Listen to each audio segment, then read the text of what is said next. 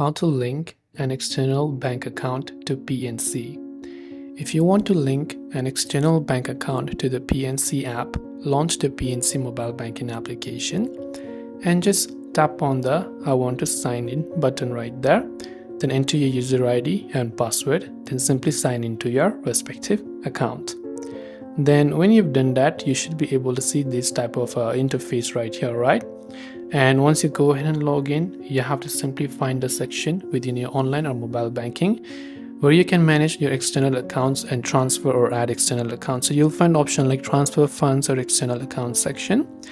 Follow the prompt to add your external bank account, which usually involves providing the routing number, account number, and potentially the bank name. And you may need to verify your external account by making a small transfer to it or by confirming your email address. And this way you can link an external bank account or to PNC. Hope this video helped you. If you have any questions, feel free to leave them down. Thanks for watching and see you soon in the next video.